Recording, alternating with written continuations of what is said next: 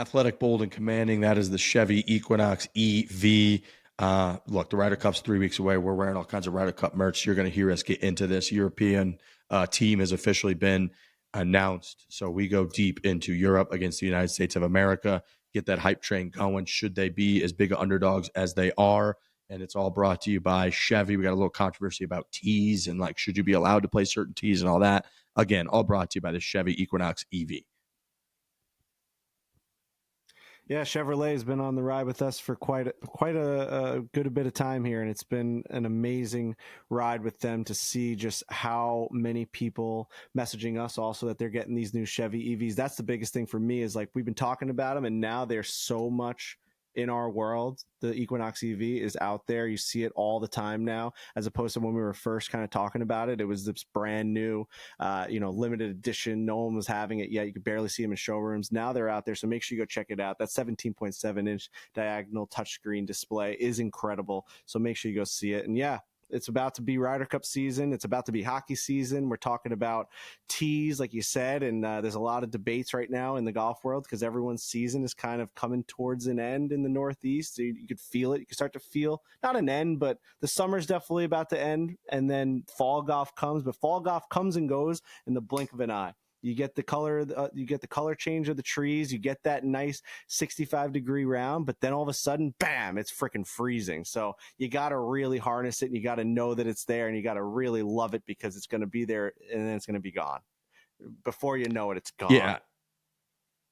And the Chevy Equinox EV, it offers 319 miles of EPA estimated electric range with front-wheel drive. So go check it out. Big thanks to Chevy supporting us for years and years now. Let's do this show. Let's talk a little Ryder Cup. Let's talk golf. And when it comes to EVs, Equinox EV is the smartest choice you can make. Let's do this. Well, you got to be good looking. If you're not, like, if I walk in with a black eye, people are like, "Good God, man! Like, get it together." but a guy like Barstool, he's a hockey. Did you open player. up the fridge too quickly? Oh, fuck. Foreplay, presented by Barstool Sports. Hope everybody had a lovely Labor Day weekend. We're recording on Labor Day Monday. The United States Ryder Cup team is set. We talked about that a lot last week. The European Ryder Cup team is now set. Luke Donald just announced his 6 captains picks. We're going to get into all of that and much, much more. Europe is essentially just running it back. They've got all 12 names are the same. The only thing they flopped out were literally identical twin brothers. That's the only thing that they flopped out. It was like Nikolai Hogard out, Rasmus Hogard in. The other 11 players are identical. Their captain identical. They're just running it back. So we'll get into all that. We got to start with a huge announcement, which is that today, as you're listening to this, our officially licensed Ryder Cup collection, which is it's one of the crazier things we're able to say, that we partner with the PGA of America and the Ryder Cup to use the Ryder Cup official logo, Bethpage Black logos, Barstool Golf logos, to create very unique merchandise around this year's Ryder Cup, which will be the biggest event in the history of golf, at 11 a.m. Eastern Standard Time today, which is September 2nd, 2025, on store.barstoolsports.com. This gear is available. You can have it shipped directly to you. This hat, I've been wearing this hat all weekend around Colorado. People are blown away at this hat. My whole family can't believe it. 5-year-old niece can't believe it. She's like, "That hat's really cool, Uncle Sam." I said, "I know it is. Look at this thing. It's got the Bethpage boy on there in between the Ryder Cup. It's got the official logo. And then there's a lot of really cool, like, accenting of the logo for Barstool Golf. So it's like there's a tag on the back. It's in the seams of the hat. This stuff's all available at 11 a.m. Eastern today, and it's phenomenal, gentlemen. Yeah, we talk a lot about how this might be the biggest golf event in the history of the world, and the fact that we have our logo kind of all over the place. We're going to be in the tent. We're going to be on our store, in our store. It's amazing. It's amazing work by our team behind the scenes, getting this done. It feels like this has been one big lead up to this type of event. We've been doing the waste managements and all of the majors and all of these things for the last couple of years. We were one of the first, if not the first, brand. I think we were the very first brand in our space to ever get this type of merchandise dealing done with professional golf. And the fact that it's led to the point where it is now, where we're actually doing Ryder Cup licensed merch, it's like you got to take a step back and really look at what the hell's going on here. Like, Bethpage to me is the coolest place in all of golf, public golf course. It can also host US Opens. It could host PGA Championships. It can host the biggest Ryder Cup we'll ever see. You can also go up there and play it for $75. You could sleep outside if you're out of town, the whole deal. It's got all that story to it. The fact that we're able to partner with this event, this golf course, is mind-blowing to me. And the stuff came out great. The hats are awesome. We went with super, super like classy type of hats that you can wear all year round. Then we also went with just like the loud, this is what it is, flags right there. I mean, you can see my crew neck that I'm wearing if you're watching it on YouTube. It's right in your face. It's New York. It's Bethpage Black. I absolutely love all of it. Yeah, I agree with you. I think everything we've kind of ever done were stepping stones to be licensed in the Ryder Cup merch tent and on our site at Bethpage Black. Like the stuff is so cool. It just works seamlessly. Our team worked really hard on it. We've been looking at mocks for I don't even know how long. We're like, we love this. We don't love this. Everything that is going to be available, starting tons of meetings starting today. We think people are going to love it. And it's the Ryder Cup. We've been talking about the Ryder Cup seemingly nonstop for the last month, and rightfully so, because I do think it's going to be the biggest event in golf history, and it really feels cool to have our name, Barstool Golf, on official Ryder Cup merchandise for that event. So go get it. Again, if you want to get it before the event starts, I would highly recommend ordering it on store.barstoolsports.com. We are going to be in the tent, but as everybody knows, that's going to be chaos. That whole event, as soon as it starts, people mob in the tent, people packed in everywhere. So if you want to get it beforehand, store.barstoolsports.com, starting today at 11 a.m. Eastern. Go get this stuff. It's incredible. Yeah, it came out just phenomenally. We went around last week in New York and we did a little photo shoot, and I didn't want to take the stuff off, brought it out here. Like I said, family, friends seeing it, they're just blown away by the gear. It's a good mix. It's some subtle, like clean stuff. It's some in-your-face stuff, which again, Ryder Cup, loud, USA, patriotism, all that. So you're going to want some loud stuff.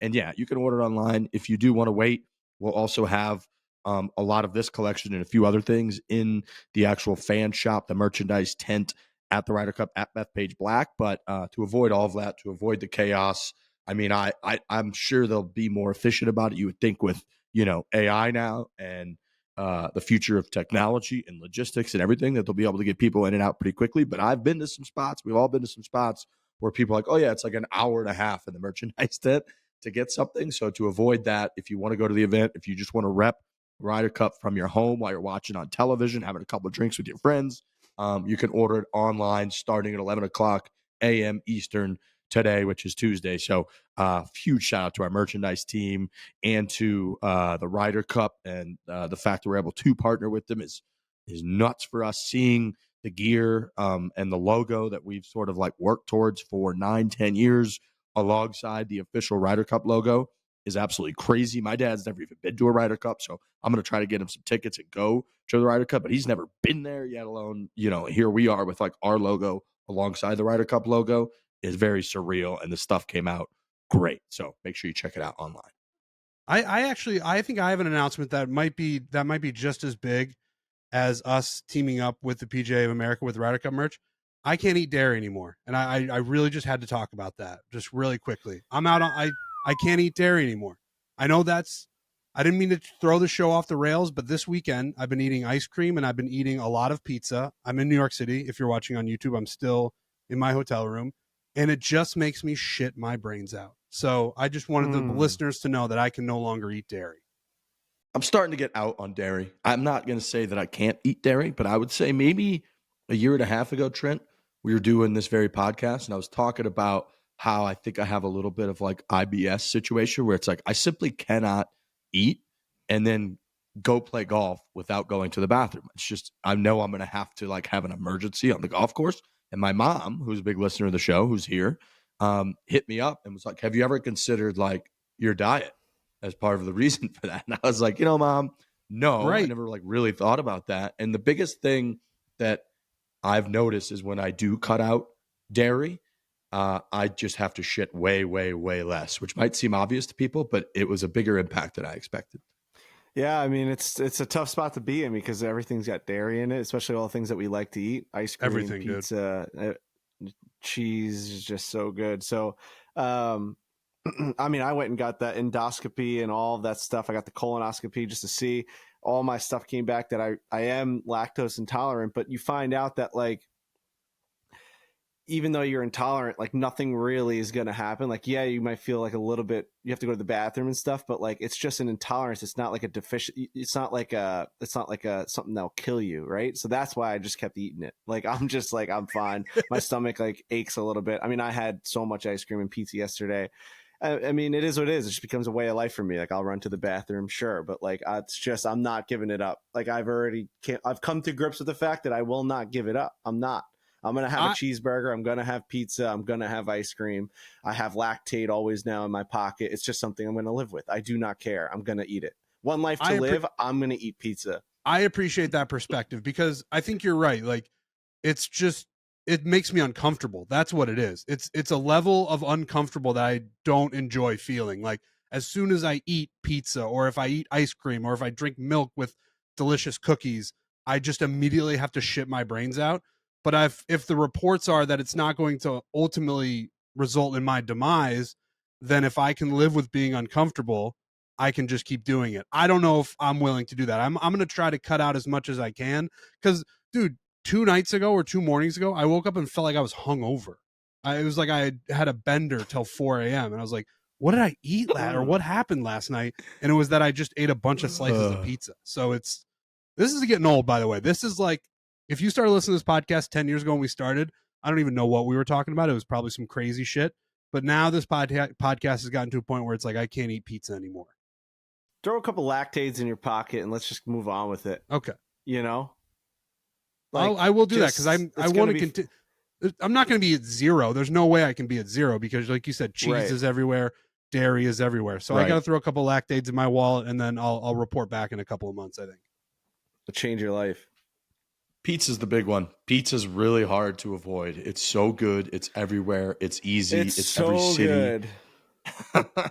You know, it's like, how are you not going to eat I'm going pizza, actually, man? I'm taking Frank the Fourth. So we've got a Barstool Classic in Cape Cod tomorrow. And actually, me, Hannah, and Frank are all going up to Cape Cod right after this podcast. And we're going to do a little stop at Sally's New Haven, a pizza.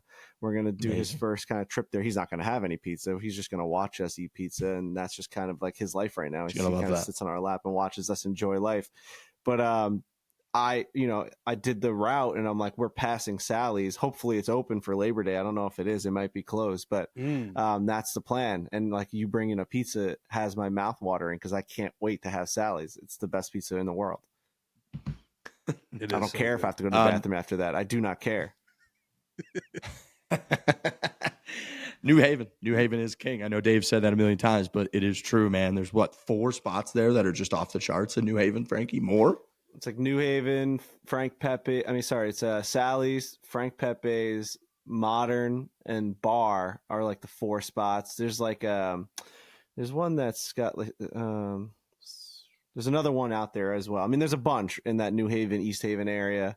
Rest in peace, Uber Debbie. She passed away. She was the one that took us around East Haven when we went there. So yeah, I mean, it's an incredible spot for pizza. There's something about it. There's actually a documentary on like the New Haven pizza. It all started with like these couple of people and they kind of branched around and split up and kind of did their own competing places. So that's kind of how all the, they all taste kind of similar and they're all from the same, ingredients. Yeah, we're going to keep eating pizza. This podcast is just a pizza podcast. I think a lot of them are because it's fucking the best thing in history. Okay. Last little announcement, and we're going to get into this Ryder Cup stuff, is we have a new video coming out Wednesday. It's a rematch against the Colorado Avalanche franchise. Relatively recent Stanley Cup champions. What was that, 2022 maybe, Frankie, that they won the Stanley Cup? Somewhere around there. Yeah, 22 or 23, yeah. 23. We played them shortly after.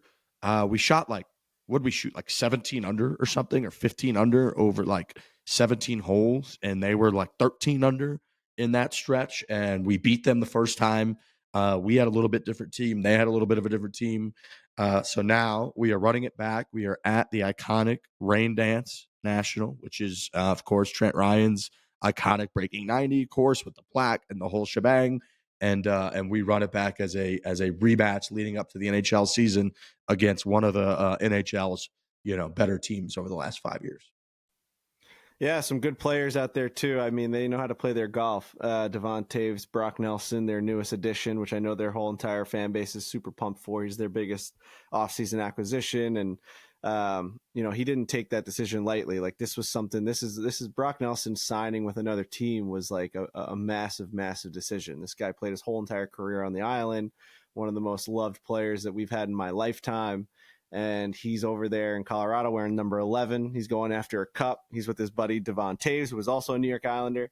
So yeah, they got a lot of good chemistry going out there in Colorado, and it was a tough matchup for us.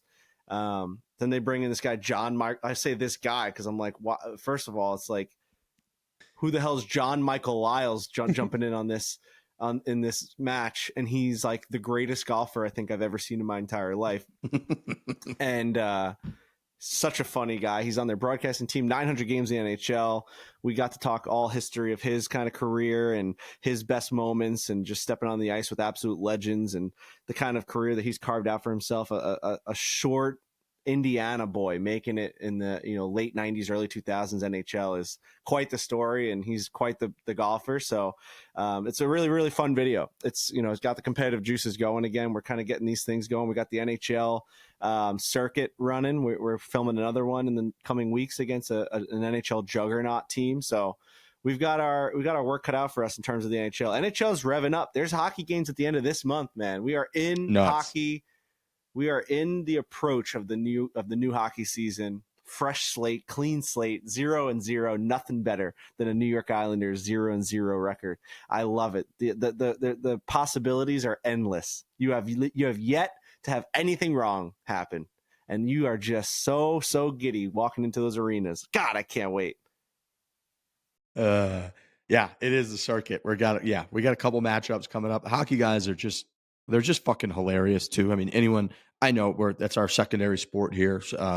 Much to Trent's probably chagrin, but we talk a lot of hockey here. The Chicklets guys are some of the funniest people in the world. Hockey culture, hockey banter, all that's just very, very funny. And I rode with John Michael Lyles for the entire round, and he's the nicest guy ever. Also, just kind of a prick when it comes to golf. Just did not really miss shots, and was their leadoff man, and a lot of that. So very entertaining video. I think people are going to love that. And then, all right, and then finally moving on from all of that, I want to get into some Ryder Cup stuff. Team Europe has announced their squadron. Like I kind of said off the top, they've got 11 of 12 players are returning. Their captain is returning. Their 6 captains picks, which is a very funny lineup.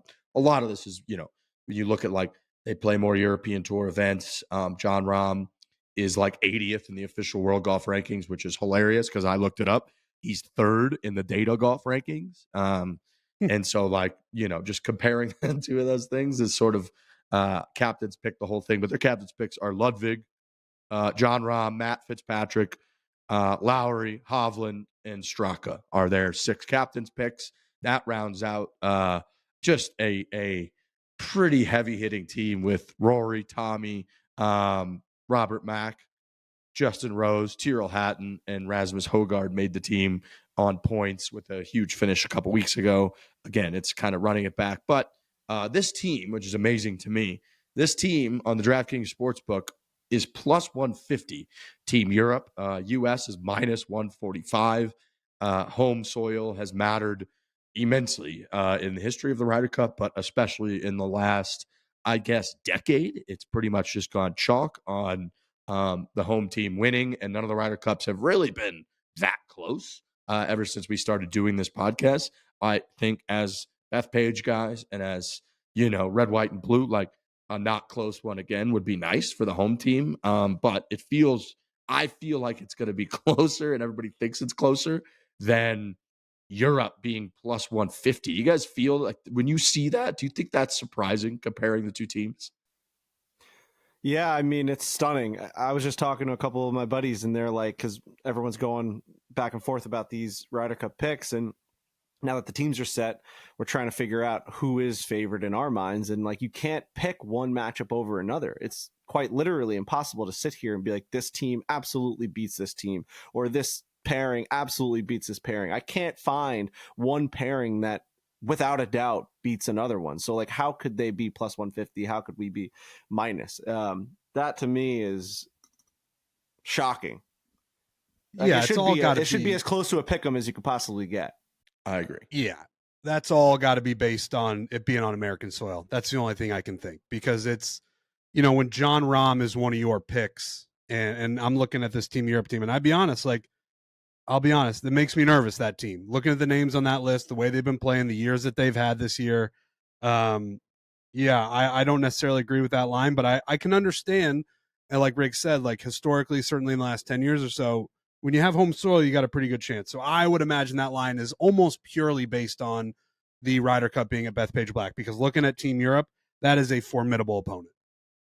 Yeah, no, it really is. And again, data golf rankings are not the gospel, but they really do try to we laugh at official world golf rankings are just a URL that someone came up with. And now all of a sudden they control everything. They control like who gets into majors and who doesn't. So sort of the counter to that is like these guys at Data Golf who are extremely analytical.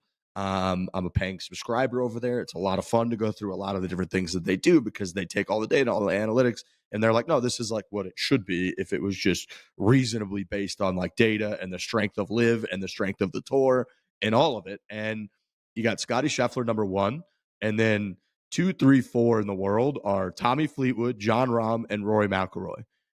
So when you're looking at like the top of the top, I completely understand. I don't think anybody's in Scotty's, sphere right now. Everybody is, but then, man, after that, it's hardcore, heavy hitting Europeans that are winning. John Rahm's coming off individual title over on Live, and then the team title.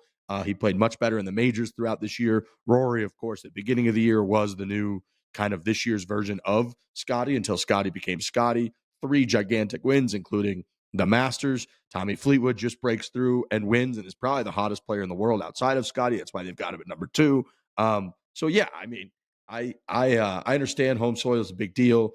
I understand you get to do the setup stuff, and when we had Molinari on 2 years ago, after it was like very eye opening into like how if you really do apply all the information, all of the data to course setup, you can gain pretty significant advantages here and there that add up over the course of 3 days of matches and all of that. But having said it, it's like and then running Luke Donald back and how like perfectly it seemed like he captained that team a couple years ago. The guy was up there giving speeches in Italian, for fuck's sake, when it was in Rome. Like they're a problem, the European team. And so to see that they are plus 150, I just thought that was very shocking. I thought it was very shocking. Yeah, it's one of those lines too that's just going to change after the first match. Like it's any game that you bet, and the away team goes down and scores a touchdown. All of a sudden it flips. It's like it's one of those live bets, right? Like if you really want to be, if you really want to be on, the U.S. Like to me, like I'm waiting for that kind of line to switch. Let those first couple matches come in. Let people see how good this team actually is. USA starts creeping back to plus money, and like now we go. To me, it's a live bet. Yeah. No, I'm not opposed to that at all. And I think you're right. I think like, man, having football back, which I want to talk some football too this past weekend and all the college football games and the lines and being in on the action. We do DraftKings ad reads and whatnot, but boy, did that just make this weekend. My brother and I, here with his family and hanging the whole weekend and just always having a little bit of action on whatever was going on kind of drives the entire weekend. And so, I am trying to look at like the Ryder Cup already and trying to understand where the value is at. And look, the U.S. team is extremely formidable. I think Captain Keegan Bradley, the phone call that they posted of him calling Sam Burns and informing Sam Burns that he was on the team gave me as much confidence in Team United States of America Ryder Cup as I've ever had. Sam Burns towards the end of it saying like, Keegan, I just want you to know that the way that you've handled this captaincy is so impressive. The maturity that you've shown is so incredible. And then Keegan himself coming out in multiple interviews and saying like, there is much, much, much more that goes into being captain of this team than I ever imagined. It's a 24/7 job. The only time I don't think about the Ryder Cup is when I'm actually playing golf. And even then, it's really hard. All of that's got my juices going for like Keegan truly handling this. Like I think several times throughout since we've started doing all this and we have weighed in on the Ryder Cups, it's felt like the U.S. captain was sort of a like figurehead, not even just like Europeans have kind of done it too at times, but the captains have been sort of a like ode figurehead, like celebratory type position of like, this guy just deserves it. Great career, has performed in Ryder Cups before. Great. We're gonna march them out there. They're gonna get their kind of like swan song into like the later parts of their career as they got to be a Ryder Cup captain. That's beautiful. Good for them. This is such a different captaincy.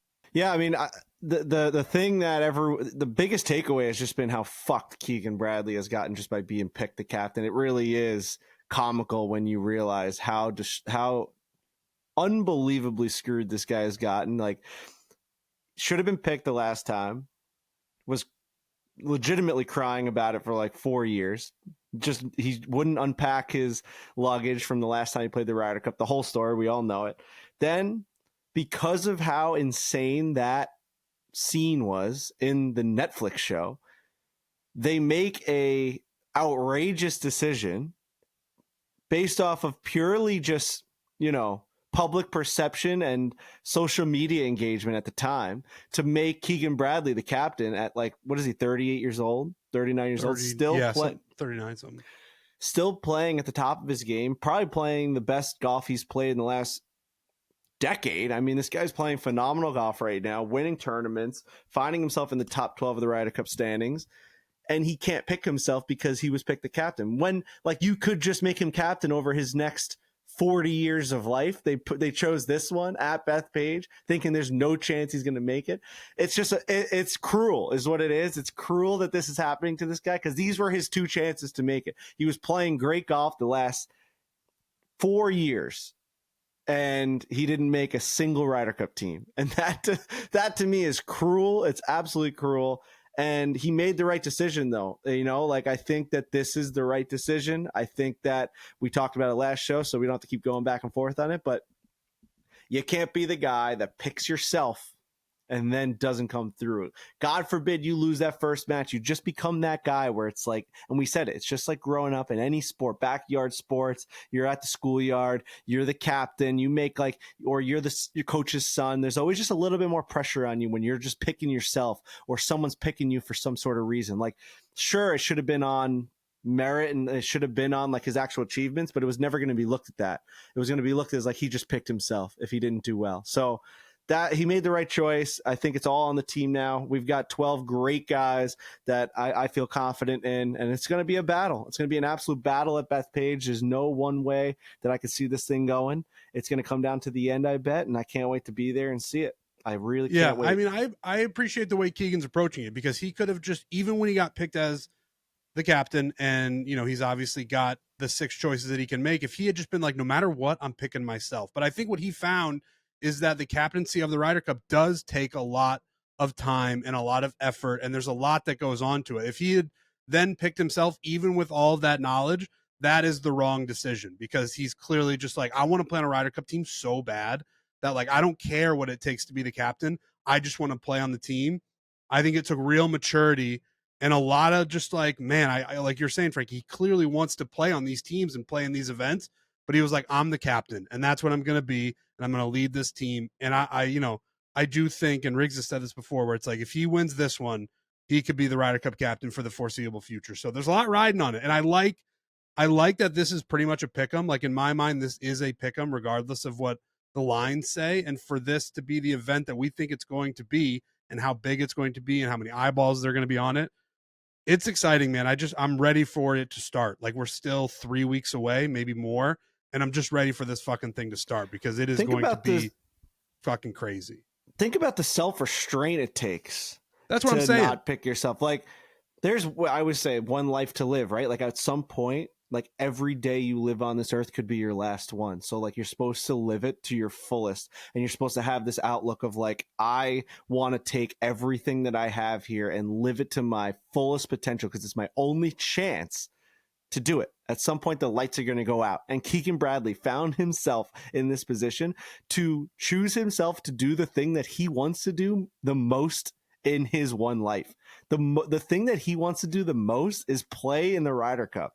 And he had the choice, which most of public perception wanted him to make, and he still chose not to do it. That is such a strong decision to make. I actually, like, the more I talk about it, I can't wrap my head around being the type of person that you would not make that decision. Like, he says, like, he is distraught he's not on the team. He made the decision. I think that's real leadership. I really do. And again, I think it goes back to, he's like, I'm the captain, and that's my role. That's what it has to be. It's not that I'm the captain and, I also get to play because I got the choice to pick myself. He was like, I'm going to lead this team, and that is what I'm supposed to do. It does. It takes real restraint, and I think that shows like an act, like that's going to fire people up. And imagine, Sam Burns just happened to be the last guy picked in the order. So it's like, if he has an incredible Ryder Cup, that is going to come off as like, holy shit. Keegan was like, I'm not picking myself. I have confidence in this guy, Sam Burns. That's going to be a hell of a story. It's hard to know before this whole thing starts, but like, you're right. That shows real restraint. And that, to me, that's leadership. No, it is. It's incredible leadership. And I don't subscribe fully to like, this will be Keegan's last chance to play in a Ryder Cup. Like, he's 39 years old. Look at like Justin Rose is 45 years old.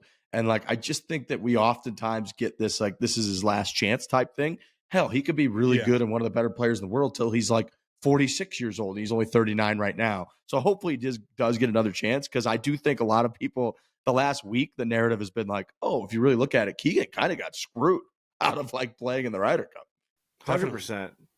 Yeah, I hope it's a close. I mean, I just said earlier, I hope that like the U.S. blows them out, but I also kind of hope it's a close one. It's been, unfortunately, it has been kind of a while since the Ryder Cup has come down to the wire, and there's been like crazy pressure moments. We had in Rome, it was like Max Homa made that big putt to like extend the Ryder Cup by an hour in terms of coverage and stuff, but it never really felt that close. So I would like to kind of get something down to the wire on Sunday that really gets everybody going when it comes to Twitter, and like maybe transcends football a little bit and gets people into it, because we haven't really had that in a long time.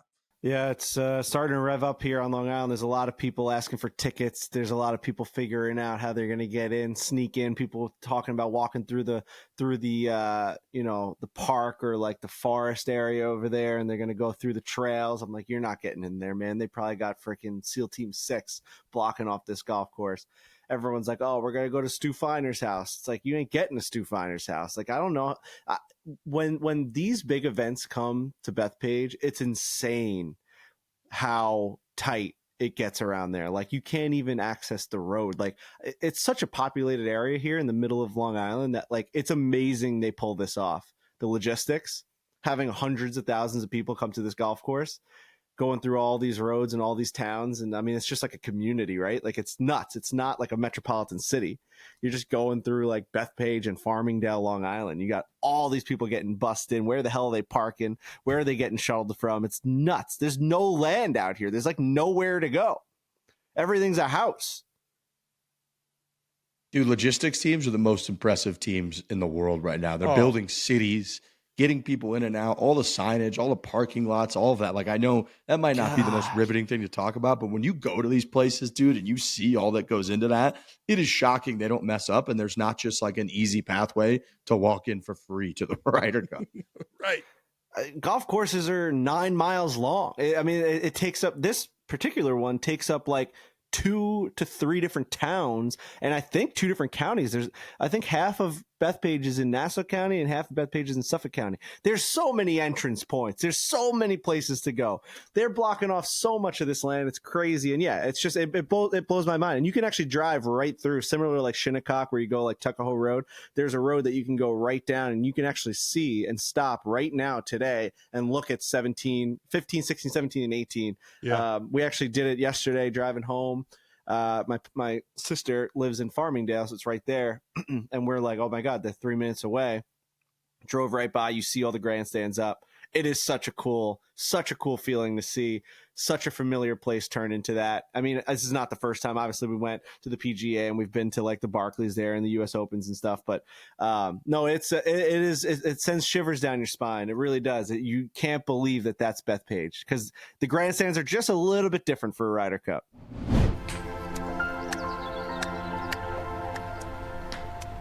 Golf is hard, but protein is now easy with one Hershey's double chocolate made with 18 grams of protein, only 1 gram of sugar to deliciously fuel your golf game. Look, these one Hershey's double chocolates, I keep these in my golf bag, throw them in the cooler when it's really hot out around this time of year or earlier this summer, perhaps. Make sure they stay nice and cool. They don't melt on you.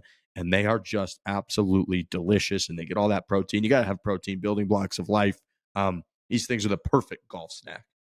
They really are. We had them on the golf course. I went with my dad the other day.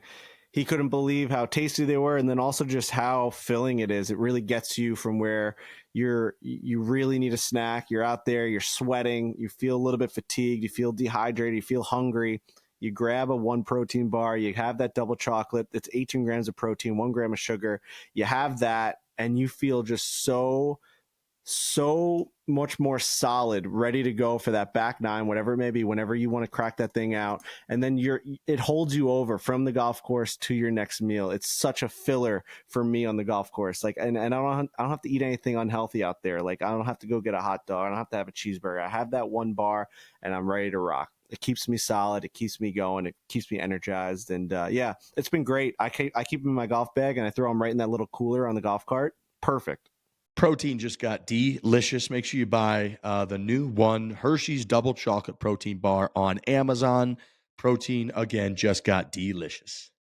Game on. Week 1 starts now, and every touchdown can bring you closer to a payout with DraftKings Sportsbook, an official sports betting partner of the NFL. Every touchdown could hit big. Don't just watch the game when you can win with it. DraftKings Sportsbook brings the unmatched intensity of the NFL straight to your fingertips, whether you're backing the first touchdown score, hitting anytime TD props, or riding the thrills of live in-game betting. Every play is packed with possibility. New customers, this one is for you, so pay attention. You bet just $5, you get $300 in bonus bets instantly, plus grab over $200 off NFL Sunday Ticket from YouTube and YouTube TV. It was great this past weekend with college football to be back in on the action. I mentioned it throughout the show, but me and my brother, we're making picks, following the games. We were bar hopping around Boulder and around Colorado. Wherever we go, you just check in, get excited, have a little skin in the game. DraftKings Sportsbook is the best. Yep, it's about to be football season, and it already is college football season, but the NFL is right around the corner. Can't wait. Nothing better than those Sundays. You throw all the games on, you got some action across the board, and DraftKings has a lot of fun stuff, for us for the NFL season. We saw a lot of stuff last week that's coming out, and that is getting rolled out right now. And it's a real good time to be on DraftKings. It really is. They're definitely like the innovators in making sure that the user experience is a perfect one. Like there's a huge difference between them and everybody else in terms of like actually navigating the app and certain types of bets that they offer. And it's far and away the best. So make sure you're on DraftKings using all of these codes and making sure that you're getting the most out of it. Your season starts now, so download the DraftKings Sportsbook app. Make sure you use our code, which is Fore. That's code FORE to get $300 in bonus bets instantly when you bet just $5, plus over $200 off NFL Sunday Ticket from YouTube and from YouTube TV. In partnership with DraftKings, the crown is yours.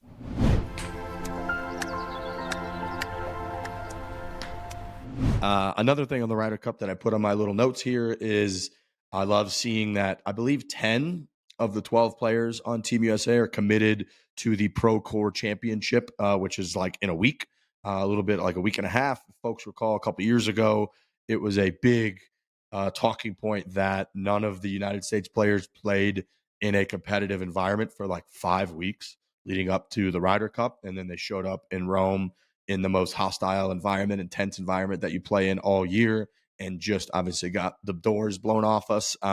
We talked at length about the fact that like you would never see guys go into the Masters tournament without playing for 5 weeks beforehand. You would never see them go into the US Open or the Open. Like, they all gear up, they all rev up, play all the big events, so that they're in as good a competitive shape as they could be in for the biggest events. And then for them to just not have played and go into the Ryder Cup came off like they're just not treating it the way that, people want them to be treating it. The only person is Xander, essentially, that's not committed yet. I believe he has until September 5th to sort of commit. Xander said at the end of the year, a lot of it, I think his season ended at the BMW, so he finished like a week earlier than everybody else. His big thing was like he was pretty excited to just take a break because golf wasn't his favorite thing this year. He didn't play as well as he would like to. And then Bryson, of course, cannot play in the event because of his live deal and all that. But I like seeing that a lot of the team are going to be playing a couple weeks before the Ryder Cup. I like seeing that as well. It makes me excited. It gives them an opportunity to be together, to, get some golf in before the Ryder Cup. I will say, you just got to win the Ryder Cup. Like, all of these stories that come out and that came from the 2023 Ryder Cup, like, if they had won, if they win that first session and they dominate and it's like, wow, Team USA won on European soil, the narrative then becomes they were incredibly well rested for that Ryder Cup. They all sort of took a long break, and it worked out for them that they just didn't play. They didn't even touch a golf club. That would become part of the formula for the next one, where you're like, all right, maybe these guys need a little bit of a break. They play such a long schedule, and there's now all these mandatory elevated events that guys have to go to. It's almost too much. So you have to have this 5-6 week break in order to be well rested to play. That was obviously not the narrative because they did get the doors blown off them. So it was like, these guys are rusty and they didn't bond and they didn't spend enough time together. Basically what it boils down to, you just got to win your matches and you got to try and win the Ryder Cup. I'm happy that these guys are playing in this event because I do think it's a good idea to play during the lead up to the Ryder Cup. I'm just saying the story is dictated by the results every single time. Yeah, you need your reps. You just need to feel like a team going in. I mean, I agree with every that. team in the history of the world has some sort of lead up. They have a training camp. They have exhibition games. There's something to the fact of going into battle with the guys prior to the big one, right? So you gotta feel how other guys are feeling about you, matchups, how guys are playing, because it is a game about. It's a recency bias type game where it's like you could be on fire in one aspect of the game right now, and then that's going to feel, like the right matchup for another guy. And even though it might historically not have been the right matchup if you guys didn't play, but now the way that you're seeing it, we're going to match you two guys up based off how you're playing right now. So I love the fact that these guys are buying all into this and that they're changing up the preparation, because God, did they need to switch something up. They just looked flat. They didn't look like they had that fire. They didn't look sharp. And now there's no excuses. They've got the team they want. They've got the events leading up. And, now it's just all about getting it done, man. There's a lot of pressure on this USA team. A ton of pressure. You got to get this done. You can't be the team that loses at Bethpage. And I think they're feeling it. They could say that they're super confident, and I hope that they are, because I want them to win unbelievably badly, but there is a ton of pressure on this team. And that's not to say that there's never been pressure. There's always pressure on every single Ryder Cup team, but this one in particular, man, you gotta win. You have to. That is going to be at least part of the messaging in the Team Europe locker room. It has to be. I mean, they're running it back. They've got the team that won the last one pretty much. And yeah, it really does. Yeah, there's a ton of pressure on Team USA. It's going to be hard to deny, and it's a lot. It's where all the other stuff matters so much. Keegan being a really good captain matters a lot, and the crowd matters a lot. That type of support out there, and having the support and having the leadership that somehow makes you feel more like you're embracing this really cool opportunity, rather than going out there trying not to blow it and be the people forever known as the US team that somehow didn't win at Bethpage. Is, it's it is this fine little line from a mentality standpoint that feels like it changes everything. Because a lot of these matches, dude, are they're won by 1 or 2 holes over the course of 4 hours out there against each other. It's that little edge, that little difference means so much. And to that point of going out there and really you don't you don't know until you're there, and then you just have to like win it. I thought about that so much this past weekend watching college football, and especially with the transfer portal and everything now. It's like, dude, there's all this buildup. There's the training camp. There's all the hype. There's all the storylines. And then it's not like in like the NHL season or the NBA season where you have 82 games. It's like right away. It's almost like NASCAR, where it's like their first event, the first game is like their biggest game of the year for some of these teams and some of these quarterback. Obviously like the Texas Ohio State game got all the coverage and all that. And it's like you have no idea what these people and how they're really going to perform with one another until they're just out there in the biggest moment that's going to dictate the entire season right away. And I found that to be so like fun to watch and so unique of like seeing how different people handle that and seeing like how coaches handle that and like you watching as a viewer. It's why sports are the best. And it's the Ryder Cup really is like are the US guys as much as they're favorites and they're so high in the world rankings and Scotty is the best player we've seen in so long. Like they haven't actually been on a winning Ryder Cup team for 4 years. Like it's been 4 years since the last time that they won a Ryder Cup. That's forever. And like it's different people, different players, different circumstances. So yeah, you don't have any idea how anyone's really going to handle it until they're just out there and everyone's judging them. And yeah, it's intense. Just thinking about it is intense. Well, it also shows how much narratives affect everything. Like we talk a lot about narratives on this show, maybe like almost too much, but you can see how narratives can actually have an effect on like what's actually happening within the team. Like think about Arch Manning. You brought up college football. He was the Heisman favorite going into the year. And now if you look up Arch Manning on Twitter, it's like, this guy's the worst. He's like, it's over. It's over. The Manning legacy is done. It's over. And if you don't think those guys are seeing that, you're crazy. And that seeps into a locker room and people start talking about it. It's impossible to deny. Now with golf and the Ryder Cup, you would hope that it's such a short event that the narratives that take hold don't have enough time to seep into the locker rooms. But look at the last Ryder Cup where it immediately after the first session got into people's heads, and it just felt like all of a sudden the Team USA was on their back foot and it was going to be a problem. And it was, and they got killed. It's really, the narrative part to me is so fascinating because it is only 3 days, but everything that happens, every match, every guy that gets picked, every matchup that goes out there can have an effect on what people are saying about the event, around the event. And with social media, everybody has the narrative in their hand immediately. How does everybody feel about this matchup versus that matchup? Who won? Who lost? Is there problems in the locker room? No hat pat. That was a big narrative from the last one. Joey LaCava with the fight and like that blows up, and then Rory's getting shoved into a car. The way news travels so fast, you would think that all these things happening actually don't matter, but they do, because the narratives are on your phone immediately and the people are on site watching and you can just feel it. So I totally agree with you. It's really an interesting part of Ryder Cups in like the 2020s. I mean, it's narratives because all these events are for us. It's for all viewers, right? That's if you true. really take a step back and like logically think about what sport is, it's all a show for the viewers, or else they'd just be playing this Ryder Cup at a local country club with no fans, no viewers. They would just be if it was just for them, like they would just be playing. All of this is for us, and like everything that comes with it. Like, of course, it's narrative driven because like that's what it is. Like the Ryder Cup is the Ryder Cup because we're going to come up with all these stories and ideas and all of these little things to try and break them up like they're in a reality TV show, because that's what they sign up for. That's what professional sport is.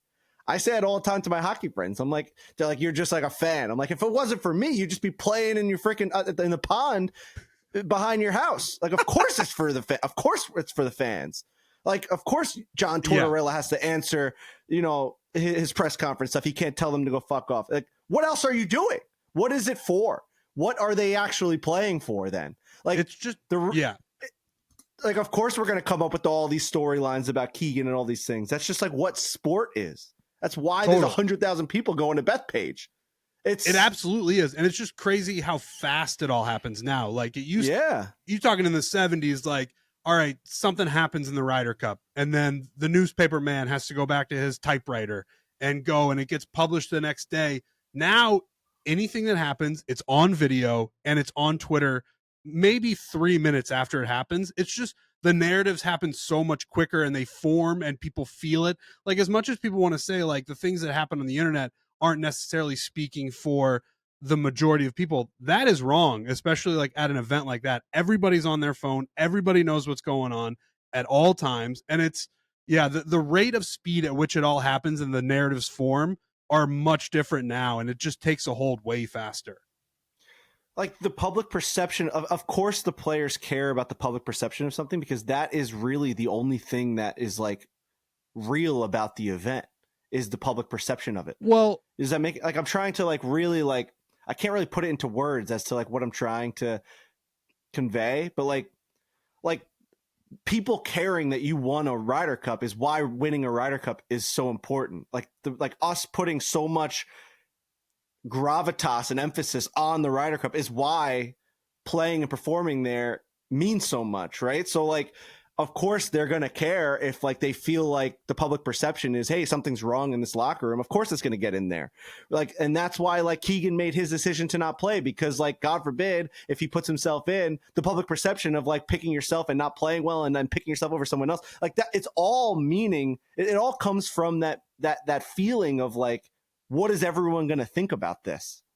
I think players and captains try really hard to create a feeling of competing like for yourself and your own pride, competing for the teammates that are next to you, competing for the families and the caddies that you're there with, so that you don't get caught up in like competing for the overall narrative and like what people are going to say on Twitter. And I think that's insanely hard to do. But like, I think they tried to like essentially ignore the conversation that we're having, if they could possibly do it, and play for other reasons, even though we all know that's kind of impossible. Yeah, it's not necessarily like Twitter. I guess I just mean like the public perception of like what the Ryder Cup means. Like once that starts to like gravitate towards something, whether it be negative or positive, it's nearly impossible for it not to affect the way that the actual golf is being played. Like every individual human being is playing for the greater thing that is the Ryder Cup, and whatever that perception of the Ryder Cup is, they of course are knowing like what people are thinking about it. I know that like any coach can be like, don't care about that, you're just going to go out there and hit the golf ball, but like they're gonna, right? Like, and that even goes to as specific as like if you're the sixth match to go out and like the first couple lose, like you start to feel just something different in the crowd, and you start to feel something different in the media, and people start asking you different types of questions like, hey, do you feel a little bit more pressure on this match as opposed to that? Like it just starts to rev up. So like, yeah, like you're saying in the beginning, Riggs, like guys that have never been in this, or you have no idea how anyone's going to react once they actually hit that golf ball. There's no way to know how this thing's going to go until balls are in the air. So it really, you could do as much preparation as you possibly want, but you have no idea how this thing's going to be spun. You have no idea what the energy in the crowd's going to be like. You don't know what the storylines are going to be. You don't know who's going to be the guy where it's going to fall on their back and they're going to have to step up. So that's the greatest thing about sports, is like you don't know until the moment comes, and like who can elevate themselves in those biggest moments with everything on them. They can feel it. Rory talked about feeling it every single time he played on Sunday in a major. He felt it. He knew, oh my God, if I miss this putt, what's that going to mean for my legacy? What's that going to mean for everyone thinking I can't do it? Sure, there's a couple guys like Sky Scheffler who literally don't care and just keep getting the ball in the hole, but like he's got something mentally disabled. He has like a mental disability where he's able to like just cut that part of his life off and just play golf. But yeah, no, that's the part I'm most excited about, is like this is where legends live and die. Like you can become one, or you can become a guy like Zach Johnson, where people say like he may never get over that performance in Rome. Like he may never recover. I think we talked to someone in golf where they're like, hopefully one day he can come to peace with what happened in Rome. Like that's an insane thing to talk about. A golf match that happened, you know what I mean? But that's what this all means. I'm probably talking in circles. People are like, what the hell is he even talking about? There's something just there that like there is no statistic, there is no X's and O's. It's just there's a feeling that's going to come across these guys that you don't know how to really harness that until you're in the moment already. And that, to me, is the most exciting part about watching something this big, when the whole world is watching it and coming up with narratives and coming up with all these different feelings towards it. It's all going to affect that feeling of that person standing on that tee box. However they got there, it's going to affect them one way or another. Totally. Yeah, I agree. It's why like momentum is a real thing, right? Like we all agree that momentum in sports is a very real thing. And like that's the exact same concept. Like in reality, it's not real. Like every single play, every single player is like a unique case that's not affected by the prior or the post thing. That's like, this is your skill, this is your body, this is your ability versus their ability. But that's not true. Momentum just matters. When you're on your back foot in sports, like you just know it. And you can feel it coming. And when you're on when you're on your front foot, you know it. You feel it coming. We're shoving it down their throats. Here we go. And like that shouldn't matter, but it does. And it's the same exact concept with what you're describing, I think, Frankie, which it's just like everything adds into all of this, and you can't escape whatever those storylines are, whatever the hoopla is, whatever the noise is. Like I think that's the term that all these guys like to use, is like try to cut out the noise, and that noise affects the same way like momentum affects. It affects your whole team. It affects the way that you respond. It affects the way that you play. It affects the way that you like can change momentum or any of those feelings in matches. And like we said off the top, it's like all you're trying to do is win by one hole and win by one putt. And if all of the noise, all of that stuff can like lead to you just barely winning, that's literally all that matters over the course of the entire 2 years that we wait up for the Ryder Cup. And I think my final point on it all is like a team like Europe that has not as much to lose, quote unquote, going into this because they're coming off a victory and they're on the road.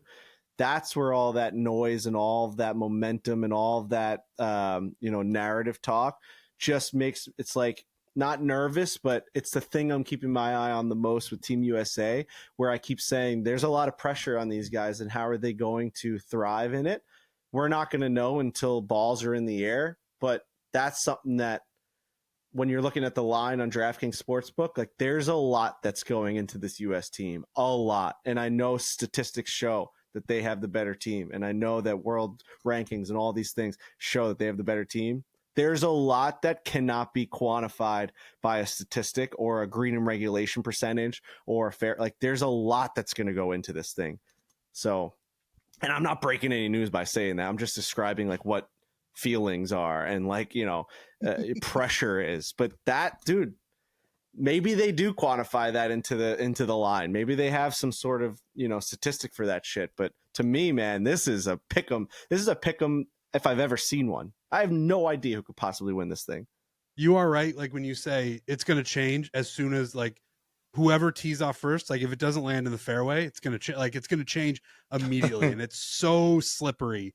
If that first team Europe that goes out takes, they win the first hole, it's like, oh shit, that's a feeling we all don't want. We can't have that happen. Oh yeah, you bet a baseball team with their ace on the mound and they're minus 190, and you're sitting there on the DraftKings Sportsbook, and all of a sudden he gives up the first pitch he just throws a cock shot and it ends up in the right field stands. You look at it, it's like, oh, now they're minus 120. What just happened? Like it's just like one pitch. It's like, wait a minute, maybe he doesn't have his stuff today. So I mean, that's now I'm just describing like a regular day in sports. Like guys win and they lose and they don't play well. It's just listen, there's gonna be. I watched the greatest game ever played. People are they're changing the narrative about Francis we met. And all of a sudden, all the guys he's playing against are like, what the fuck's this little like amateur doing? Like I'm reading that he's going to be the guy we got to face. Hey, if it wasn't for those newspaper people, they never would have heard about his story. So it's like, it gets it going. It just gets the people going. And can the U.S. handle it? We'll see. We'll see. You got a couple rookies in there. So you never know. We'll see. I was looking to, how about the, Team USA's average ranking this year is 11.33. In 2021, they set the record for the lowest average world ranking, which was 8.92. How insane is that? For 12 players, and your average world ranking is below 9. That's insanity how good they were. What was it in? Do you have it handy? What was it in 2023? It was close to this year. Really good. It was closer to this year, and I don't know that. You know what? Is I think that the live guys were not really allowed that year. So like maybe there was a couple of our right. higher guys that weren't, you know what I mean? Something similar to that where they weren't like allowed to play, even though they were still pretty high in the world rankings because they hadn't like lagged out of the world rankings or something like that.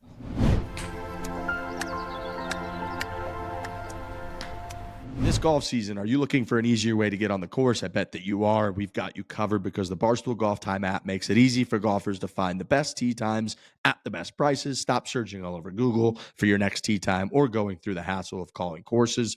You can search multiple courses in your area from one app and get your tee time set up within just seconds. The Barstool Golf Time app's got reviews. It's got a rewards experience, which we just relaunched. So there's more items from the Barstool store to choose from. And now you have more flexibility with your points. Barstool Golf Time app must have for golfers, Frankie.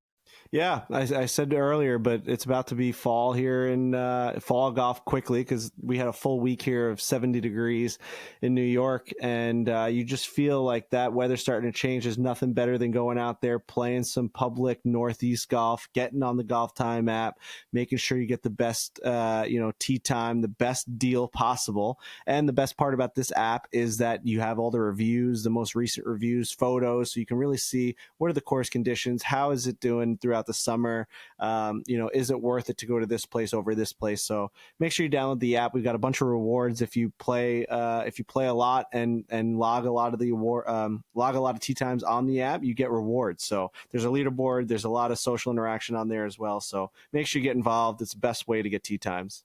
Come golf with us. Make sure you download the Barstool Golf Time app today. Once again, go download the Barstool Golf Time app today. This episode is brought to you by Brex. That's BREX. Any finance folks listening, we found something you'll love as much as the excitement of golf's major championships. Meet Brex. It's an intelligent finance platform built to give you both control and speed with a corporate card, banking, expenses, and travel all in one place. Brex ensures that the best companies can manage company spend, automate expenses, and get every dollar to the right place. This has earned them the trust of 30,000 companies from all kinds of fast-growing AI startups to global enterprises. And in fact, we right here at Barstool Sports are proud Brex users. This has been huge for us on the expenses front.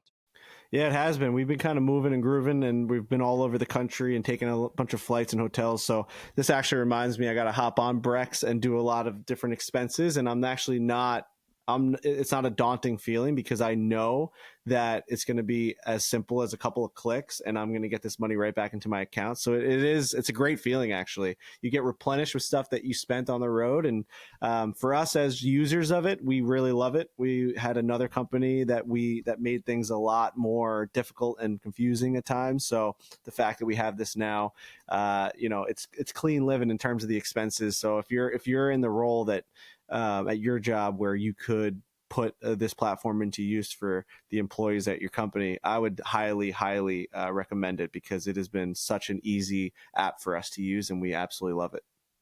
Barstool uses Brex's corporate card and expense management software to help manage employee spending. You can learn more at brex.com/grow.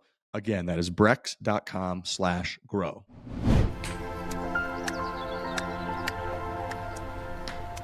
Congratulations to Charlie Woods. Mr. Charlie Woods got an ace in the junior players junior event. He made an ace on the third hole at TPC Sawgrass. So he's just got the juice with the aces at Sawgrass. So congratulations to Charlie Woods. Didn't even celebrate, just such a Tiger Woods type celebration where he just looked over to his buddies, shook their hand, little smile, very, very cocky and confident, and I love it. I absolutely love that out of Charlie. Shout out to Miles Russell, who won that event. Team TaylorMade. That kid's just an absolute stud beast. He's going to be awesome on the PGA Tour at some point when he's a full-fledged superstar.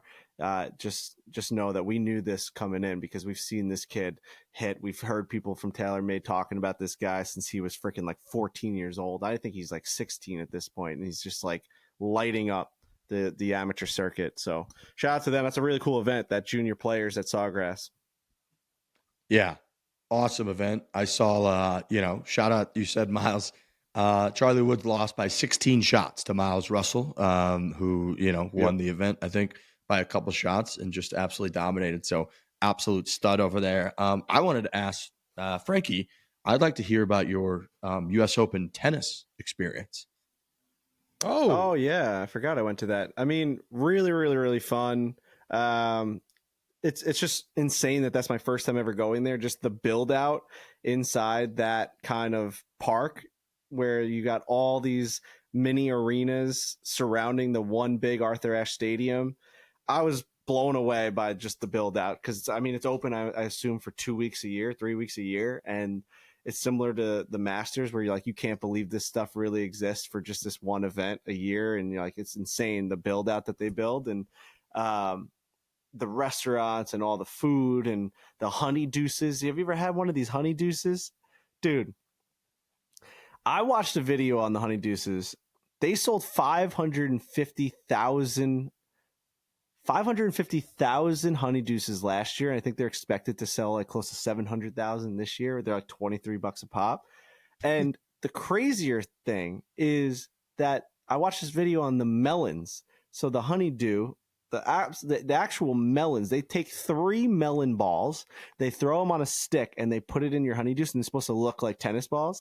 And every single person that gets a honeydew has 3 melon balls in there, juicy, fresh melon balls. Okay, they scoop those melon balls in a facility in like Queens by hand.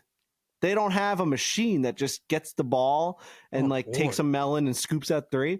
Bro, they're expected to do, I think, 2.3 or was it 2.9 million scoops of melon this year.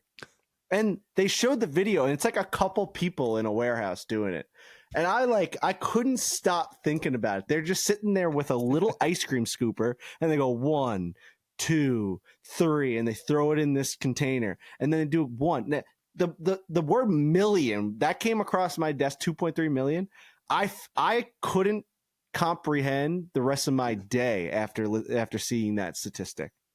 I appreciate the craftsmanship and the, it's a person who's doing it. It's not just some sort of machine, putting out these melon balls, but you probably should just get a machine. If you're now talking about, if this were the 1930s and it was the US Open and they're like, we're going to do 600 melon balls. And then they just did that by hand. It was like, oh, that was cool. Now that you were in the millions, I think you got to automate that in some way. That those people are going to have carpal tunnel after this US Open. That's insane to have that be done by people.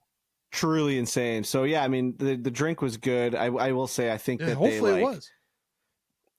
It comes out of a tap, so you have no idea how much alcohol is going in it. The whole thing, I was kind of skeptical of the whole situation. It was a good drink, but it's like you don't taste any of the vodka in there, and you're like, what's actually coming out of that tap? Is it just lemonade? So I think the whole thing might be a sham, but maybe not. The melon balls were the best part by far. You dip them in there in the lemonade. It's real good. The tennis, really, really good. Coco Gauff, I saw she was like hysterically crying the whole entire match, which I still haven't really gotten an answer about. Like, because in the stands, she was just crying as she was serving and returning tennis balls, hysterically crying. Like it was quite the scene. Everyone was just kind of it was just like Coco Gauff was crying and playing tennis. I think she has a lot of pressure on her. She was like losing. She wasn't playing well, and then she came back and won.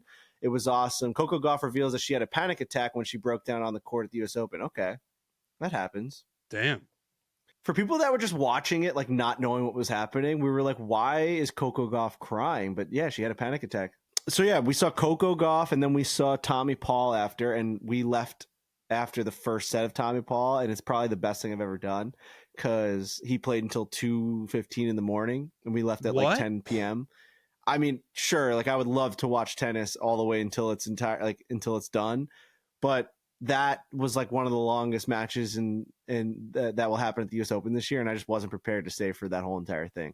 Like I didn't have any action on it. It's like one of those things. I'm not going to sit there and watch this Tommy Paul match until 2:00 in the morning. But I saw a lot of good shots. It makes me want to play tennis. It's such a satisfying game of like, I'm going to hit this ball past you and you're going to try and return it. Like it's such a simple, satisfying game, and using the spin and the angles and some unbelievably athletic shots. They say right there on the court, it's the world's healthiest sport. And I completely understand and agree with that. I mean, you were watching these women and men run around side to side, as shifty as you could possibly be for like 3 hours. It's insane. it's truly an insane sport to play at its highest level. So I have the utmost respect for the players that play it, and I really enjoyed watching it. And I do want to go back. I want to go back for like a big time match because you could feel the energy in the crowd. Like when Coco was down and she was crying, everyone was starting to figure out like what was going on. Like be like, we have to rally around her. The crowd energy was unreal, like big volleys and big returns. And like when you realize, wow, they've been going at it for like, 15 shots in a row here. Like this point means something. And then when that point would finally get won, the crowd erupts. Really, really cool. I enjoyed the whole thing. All the theatrics behind it, the lights. It was a lovely night. Lovely night.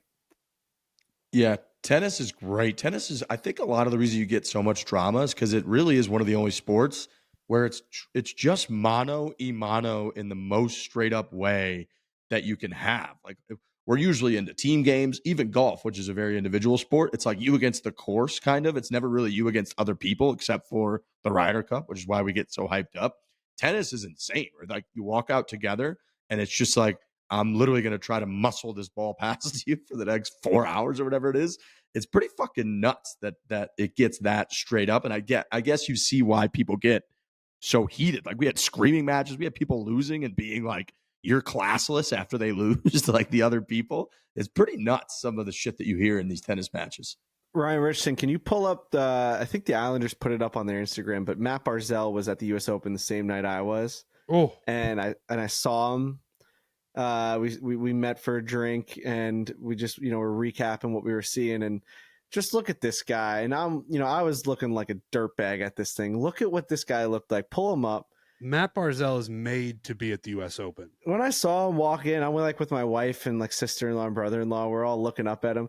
Look at this next picture. Zoom in on that. Look at this guy's black eye he just got at hockey that morning. He was bleeding as he was talking to us, but he still looked unbelievable. Not to like glaze this guy. I mean, it is hockey season, but like having a conversation with a guy that just got high sticked and like you're at a tennis match is such an alpha move. Like I'm sitting there, like I'm like picking up my cuticles on my finger. I'm like, look at him. He's just like, how you guys enjoying the night? And he has blood rushing from his eyebrow. It's just like hard to have a conversation with that guy, right? Like, and he's like asking the girls, like, oh, you guys enjoying yourself? And there's legit blood dripping onto his forehead, like onto his hand.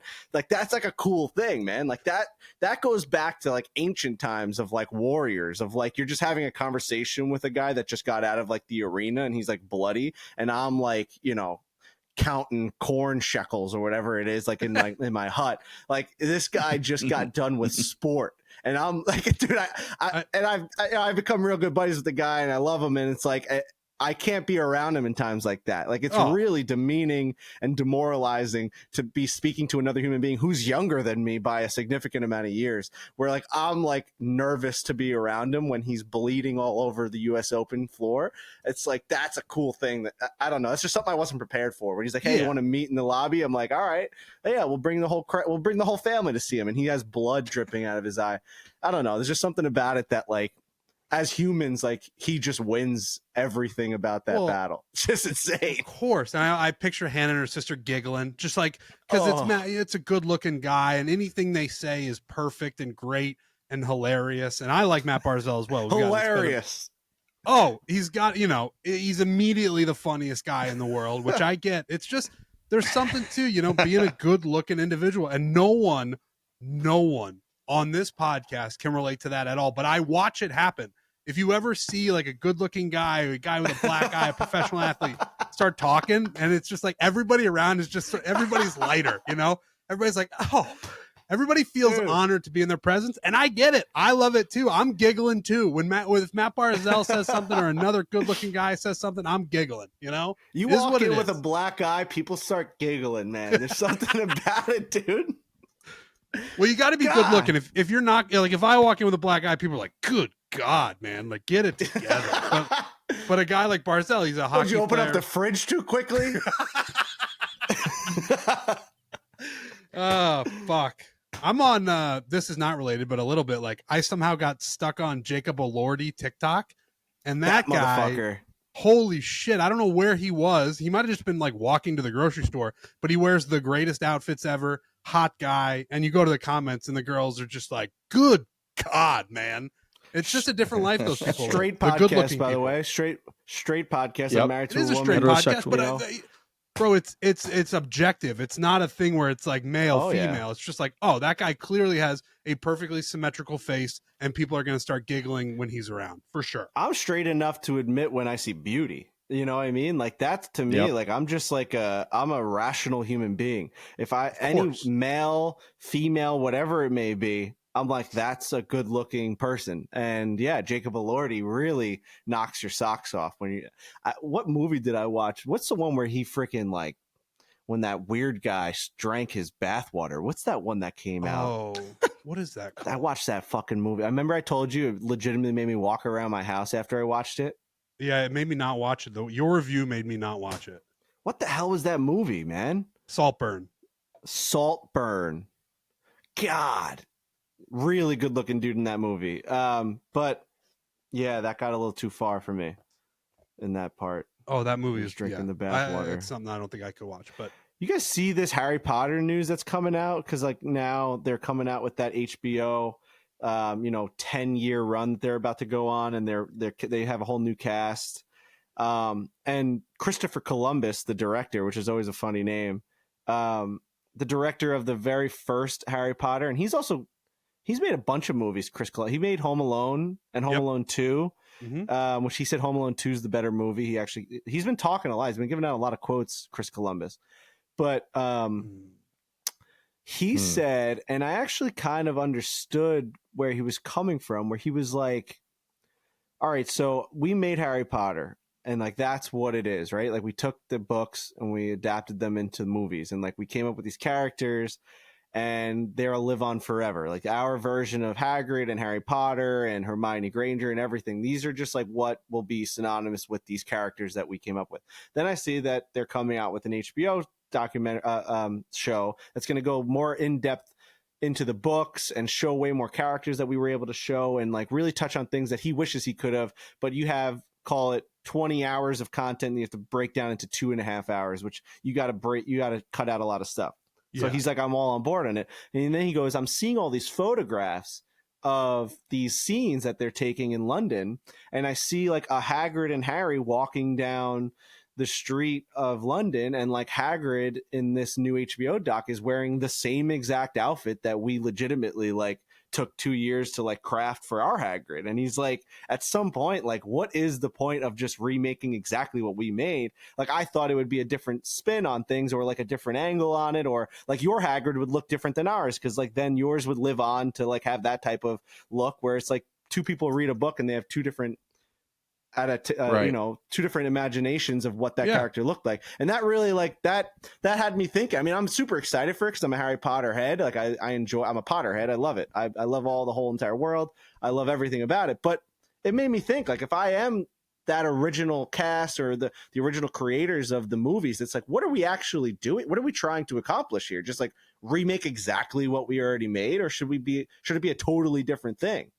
That to me, like, I would be pissed if I was him. Yeah, you got to change it up. You have to change. I can understand. I mean, it's so ingrained in people's heads, those movies, that they like, you're capturing them immediately. It's almost, you're doing that for the fan, where you're like, oh, that I can recognize that and I understand it.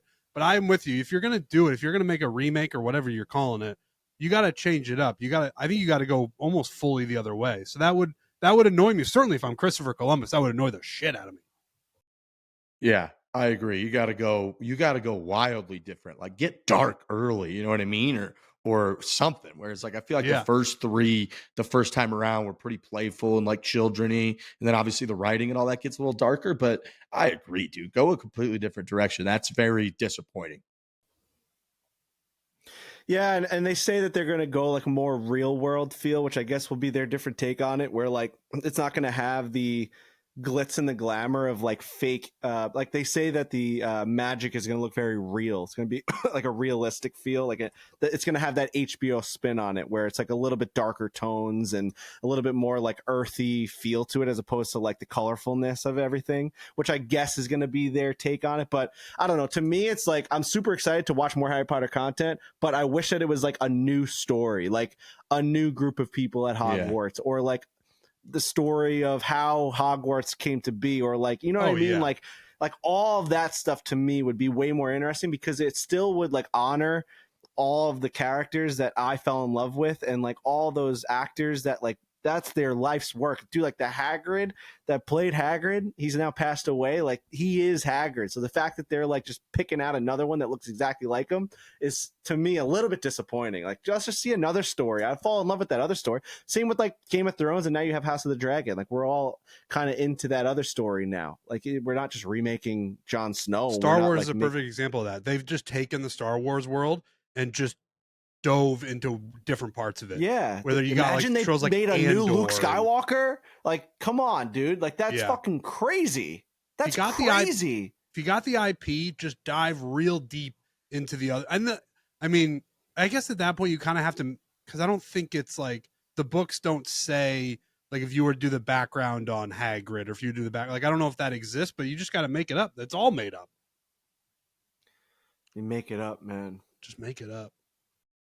Make it up. I agree. Like, dude, do the origin story of like Gryffindor or so. You know, I don't know like what all has been done, or hasn't, but God, like how good would that be? If like, holy shit! Then when you got the context and like when you, God, I know from the Star Wars world, dude, they'll put you in a whole different world for like 30 minutes or even like 3 or 4 episodes of a season, and then they introduce something that you're very familiar with, of like the Death Star or a name of like this lord, and you're like, holy fuck, like that is such a powerful moment when they tie it to shit that you've known for decades from that world. So yeah, I wish they kind of would have done that, but I'm also just gonna fucking watch it like you are, Frankie. Like it's not like I'm not gonna watch it. Oh, dude, don't get me wrong. I'm gonna watch the shit out of this. Like the amount of popcorn I'm gonna make for like new Harry Potter content will blow your mind. And I'm already seeing like they're introducing new characters that like when you read the books that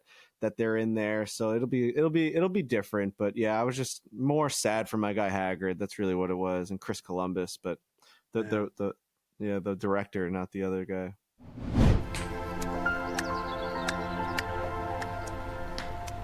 If you are serious about your golf game, your vision on the course matters. It matters a lot. All these videos that you're watching, myself, I love wearing shades out there. I've been wearing Shady Rays for years. I know Frankie's become a big sunglasses guy out on the golf course. This is where Shady Rays golf collection comes in. They're designed specifically for golf with color-enhancing lens tech that helps you read green sharper, track the ball faster, and spot breaks and contours you'd usually miss. They are lightweight, engineered for glare reduction, and have a comfort fit, so you'll stay dialed. And even on long rounds, you're not going to lose focus. You're not going to be upset. You're going to be locked in, dialed, because Shady Rays Golf is here to elevate your game. Yeah, I love the Shady Rays. I got a bunch of pairs now.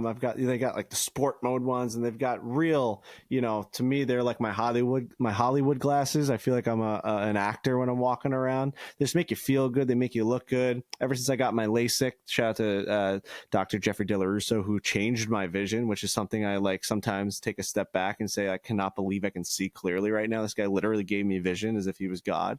But the fact that I have to protect my eyes now, something I never really thought about.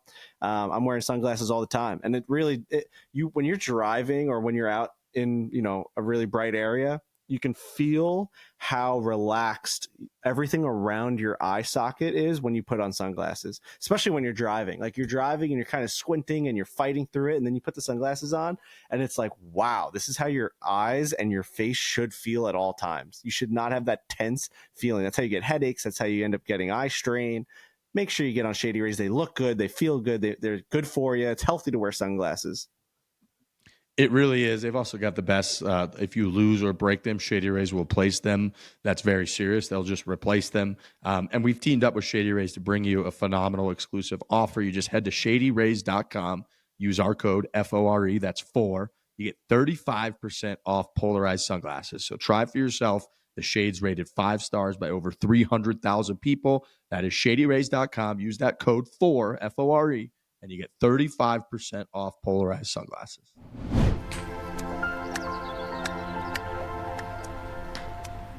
Did you guys see this kind of like golf viral thing going on, and like the sign that says if your handicap is over 15, you may not play the back tees? I didn't see that. Are people mad about that, or they're happy about it? There's a lot of people weighing in on it, and then like the guy posted. I think he posted maybe on Reddit or Twitter, and then wrote pace of play was just over 3 hours, and so it was like this whole like kind of idea around something that we've talked about a lot. But then I saw people weighing in, being like, "I paid the greens fee. I'll do whatever the hell I want out there," and then other people being like, thank God this has finally got people in the right mindset and whatnot. So I saw it. It had the people going. You know what I mean? It had the commenters going. I will say we put it up on the Foreplay Insta story with a vote option saying, "Do you agree with this? Yes or no?" And I voted yes. And I don't know how long the post had been up, but 95% of people said yes. So based on that data, people are into it, which I am into it. Like, listen, I see the side of it, like I paid to play here, blah, blah, blah. But it reminds me a bit of, and Riggs, you're more in this world than I am, but skiing. Like if you're going to go skiing and there's, I don't even know the terminology, a triple black diamond. I hope I got that close to right. I think if double black diamond's about as much as it goes, but you're very close. You're very, very close. So if there's a triple black diamond and you are someone who just is on the bunny hill, now there's difference between golf and skiing. You can get really hurt and die skiing on a hill that you are not prepared for. But it's a similar thing where it's like, just go to your skill level. If there's something in front of you that seems daunting and that's going to take a long time, there's people behind you who are going to be pissed when they're like, why is this 25 handicap playing from all the way back? I think there's real validity to that. Now, do I think it should be a rule to the point where you are not allowed to play back there under any circumstances? No. But I think it's common sense. Like if you just aren't good enough to play from back there and you're going to take 5 hours, I think it's totally fine to say don't play from back there. I'm on the team of you're allowed to tell them no. I think that's perfectly fine. You're already telling them what a par 4, a par 3, a par 5 is. You've built the golf course. Like you just, they've paid to play it, but like you've designed the whole thing. Like you're like, this is what our golf course is. We have a certain, rule for the back tees. And, sometimes some clubs like open up the back tees for like certain types of people also, like certain types of players. You got to be like a club champion or something to like play the back tees or whatever it may be. They don't open them up for certain types of players. So I just think that a lot of people that go out there and don't really know the game as well as other people, they end up getting caught up in just playing the same tees as the people that they're playing with, and it ruins everybody's day, including theirs, and they don't genuinely know it. Like, they don't understand that the public perception of you playing up shouldn't be a negative. And like, that's what we have to change. Like, if there's anything that we could change, is that like playing the correct tees should be like celebrated, not frowned upon. And there should never be this like, you're getting emasculated because you're playing the whites and your buddies are playing the blues. Like that just makes the game better, the match better. It makes wanting to, like, that person will want to go play more. Like when my dad plays, he doesn't hit the ball that far. So when he plays the golds and I play the blues and he's like 2 up in front of me, we can play a match. Like he hits his drive 220, 230. Right. He's now 130 yards out. He can hit the green in 2. When he plays the blues with me, he legitimately hates the game of golf. Like it's actually, it makes me upset to see him back there. He can't reach fairways. He can't play the course the way it was intended. Like that's why, to me, like the course should be able to dictate, like this guy can't play back here. Like we're actually helping you by making this rule. Just like we say you can't like hit the ball backwards and like you have to play the course. Like there's rules on the golf course. You can't drive the cart on the green. Like you can't play that back tee. You have to play here. I think that's perfectly normal. And I also think that would make the game way better if everyone had that sense of like, all right, this is the norm now.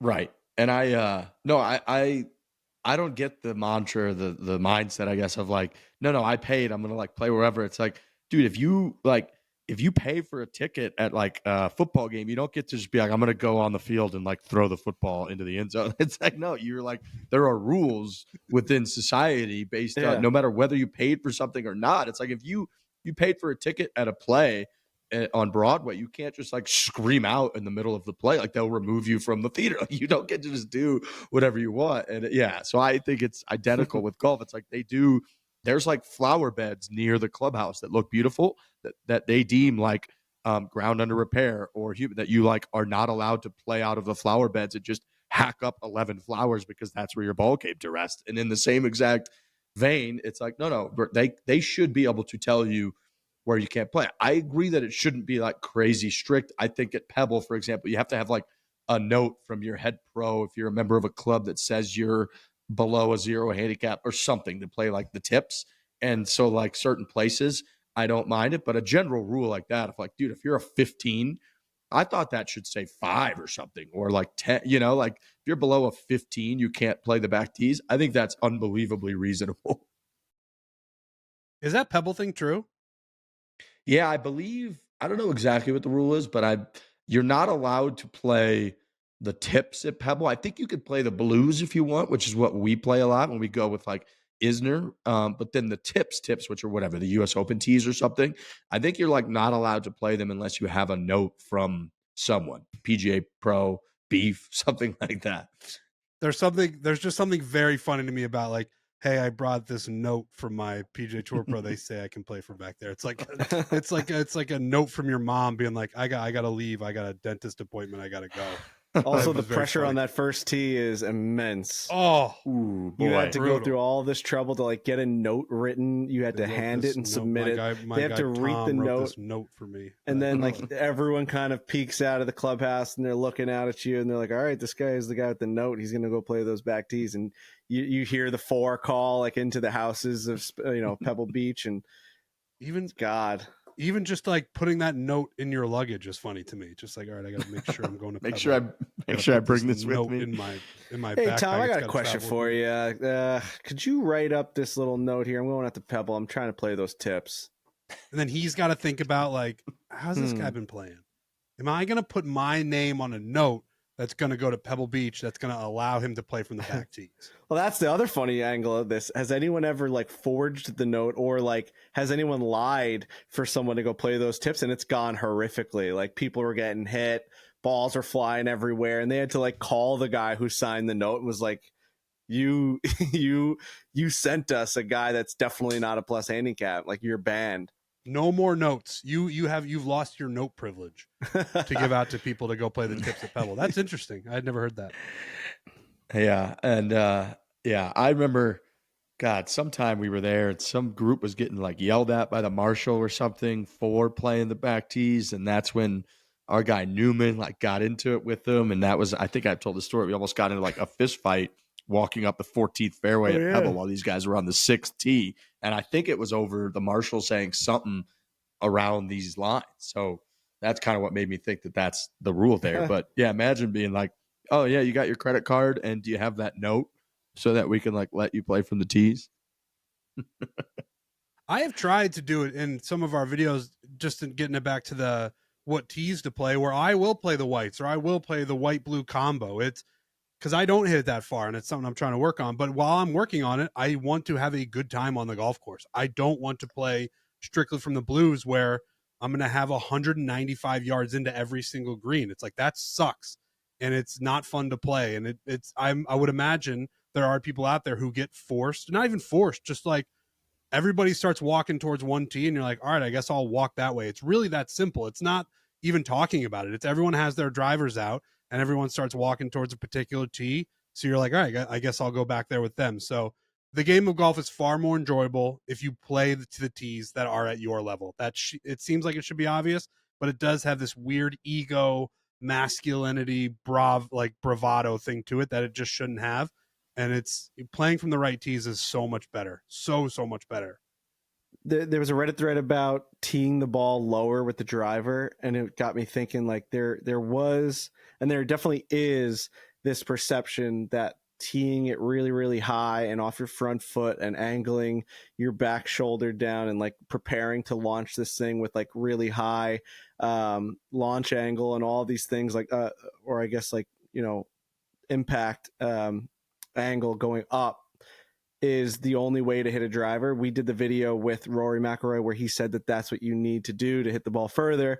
And I think a lot of people try and chase that. And there's this whole kind of thread on the golf Reddit about how Tiger has been quoted of saying, like, if you're an amateur golfer, if you're trying to find the fairway, you got to tee it up lower, because if you're not that good of a golfer, you want the ball out of the air as quickly as possible, because the longer it's in the air, the worse things that could happen. And a lot of people, which is a very funny quote, I don't know where he said that, but that's definitely something he says, where it's like the longer it's in the air, if you're a bad player, the worse it's going to get as it keeps flying. It does shock me how many people chase that feeling of like, this is what Rory is doing, so that's what I'm going to do. When like, if you tee it up really low, it's that fairway finder. That's something I've been doing the last couple of rounds, because I really was struggling with my driver, and it really does help you control the ball a lot more. Like, you hit your 3-wood, your 5-wood, 7-woods, all these things off the deck way straighter, for me at least, like on a more consistent basis, because you're kind of like hitting it at a lower point and then like bringing it back up, where you're like, you're almost with a better swing plane than as opposed to like this chasing this like perfect Rory McIlroy swing plane, where like you're trying to hit this ball that's up in the air, this Bryson DeChambeau thing, where like you're trying to hit almost like a high and inside fastball out to right field, for me as a lefty. And it's really been helping me get way more control. And I don't think you lose that much more distance as an amateur golfer. Like, it just got me thinking, like, there's so many things that you see that like helps the best players in the world, and so many like not good players try and follow that stuff, and it's just not made for them. And I get that like everyone has to try and get better and try and achieve more things in the game, but like hitting fairways will make you better. So like, I don't know that like trying to achieve maximum ball speed and swing speed and launch angles is like the thing that everyone should be working on. You know, does that make any sense? Right? Like, it's, Yeah, like it works definitely. for Rory McIlroy. Like, I don't know that it works for like my dad. Right. I think if you're trying to hit it like Rory McIlroy hits it too, you're going to play way worse than your potential. And like, I know for a fact, like Nelly Korda, when she's in those driving videos, I think there's one from last year with Tiger and Rory. She says like, I tee the ball low and I actually hit down on the ball with my driver. And she's like, I understand you guys do this thing where you hit way up on it, and Rory hits like 5 or 7 degrees up on the golf ball, which is hilarious, but he's Rory. But yeah, Nelly herself, who hits it plenty far out there in the LPGA Tour, if you watch, dude, she tees it low and hits a little bit like down on the ball with her driver, and she's a phenomenal driver of the ball.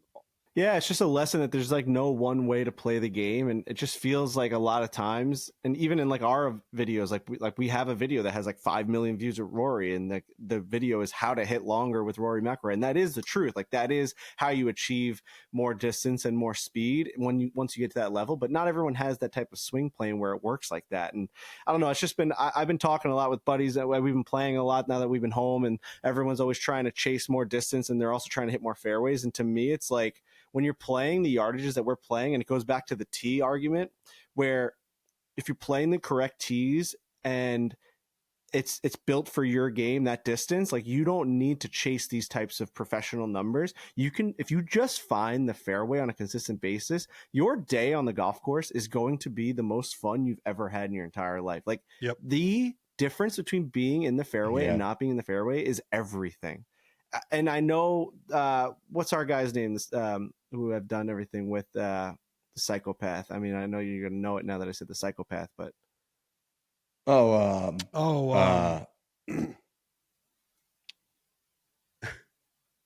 Decade? Yeah, Scott Fawcett. Yeah. Scott Fawcett. You hear that and you're like, yep, Scott Fawcett. But I mean, he knows what he's talking about. He's like, you got to rip it as hard as you possibly can and get as close to the green as possible. It's like, I get that if I'm trying to keep up with the freaking field that is like Xander Schauffele, Scotty Scheffler, and all these guys, where like every single stroke matters. But if I'm trying to shoot my career low and I'm in the short grass, that's where I want to be. That's all I care about, is being in fairways. Because God, does this game suck when you're punching out all day. I mean, Riggs, this is like his nightmare coming to truth on the podcast. It's like your day just sucks when you're not hitting it well off the tee. But if you look at this year, like, I think I've played much better this year. I've had a lot of like big wins. I've had a lot of like just much better general play, especially on video. It's like hitting the mini driver and hitting like 5 woods off tees where they are teed down lower, and there's just less catastrophe that can occur.